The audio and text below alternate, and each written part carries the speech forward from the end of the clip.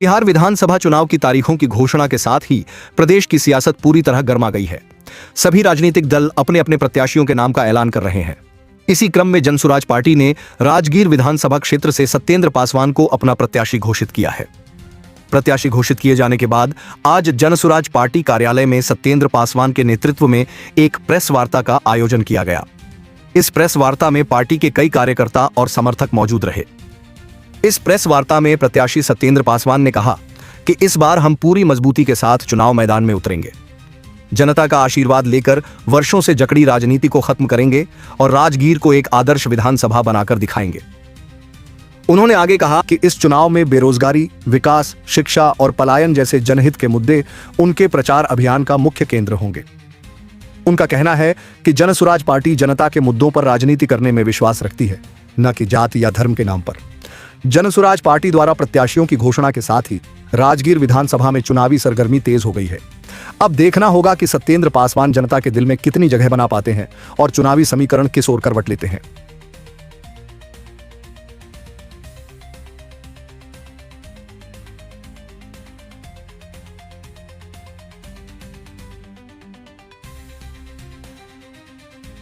सबसे पहले मैं आपको चैनल को धन्यवाद करता हूं और मैं अपने नेता आदरणीय श्री प्रशांत जी को भी धन्यवाद करता हूं, जिन्होंने हम जैसे छोटे वर्करों को भरोसा जता के और राजगीर विधानसभा में हमको चुनाव लड़ने का मौका दिए हैं। इसलिए मैं अपने नेता आदरणीय प्रशांत जी को भोरी भोरी धन्यवाद करता हूं। किस तरह से चुनाव में काम करेंगे, चुनाव में मैदान में उतरने का काम करेंगे? चुनाव में जो वर्तमान सरकार में जो भ्रष्टाचार चरम सीमा है, चरम सीमा पार कर गई है, इसी की लड़ाई हम लोग लड़ेंगे और जनता को जगाने के काम करेंगे कि इस सरकार को हटाइए और नई सरकार को व्यवस्था को बनाइए। राजगीर मुख्यमंत्री का क्षेत्र रहा है, तो वो बराबर वहाँ पर 20 सालों से वहाँ पर जो विधायक है, किस तरह से उनके किला को उखाड़ने का काम करेंगे? किला उखाड़ने का हम नहीं काम करेंगे। इस बार जनता मन बनाइए कि हमको इसको हटा के बदलाव लाना है। आदरणीय नेता प्रशांत किशोर जी की सरकार लानी है। सबसे बड़ी समस्या क्या देखते हैं आपने? शिक्षा, स्वास्थ्य और भ्रष्टाचार। क्या बदलाव करना चाहते हैं? अगर आदमी जब शिक्षित हो जाएगा तो भ्रष्टाचार स्वतः समाप्त हो जाएगा। सबसे पहले हम शिक्षा पर जोर देंगे। अगर लोग शिक्षित हो जाएंगे तो भ्रष्टाचार समाप्त हो जाएगा। सबसे मेरा जो प्राथमिकता होगा वो है शिक्षा और स्वास्थ्य। बेरोजगारी को लेकर क्या कहना चाहेंगे? बेरोजगारी तो चरम सीमा पर है और अगर हमारी सरकार आती है तो 100 दिन के अंदर हम पलायन को रोकेंगे। किस तरह से रोकेंगे?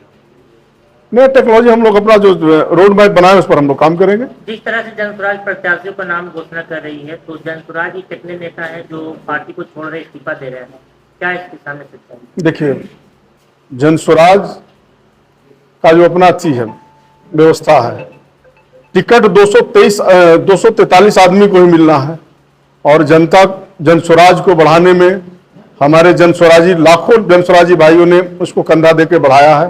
तो किन्हीं को कोई नाराजगी नहीं है, सब कंधा से कंधा मिला के जनसुराज को आगे बढ़ाएंगे। उन्हीं का कार्यकर्ता बोल रहे हैं कि ये टिकट खरीदा गया है।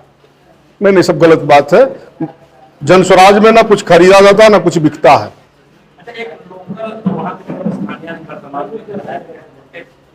लोगों में आक्रोश देखा जा रहा है, कहा जाता है बरसात की तरह आते हैं, बरसात होता है तो अपने इलाके में पूरा प्रकट होते हैं, गायब हो जाते हैं। इसको लेकर भी लोगों में बहुत सारा गुस्सा देखा जाता है। स्वाभाविक है। देखिए, जनप्रतिनिधि जनता के आंख और कान होते हैं।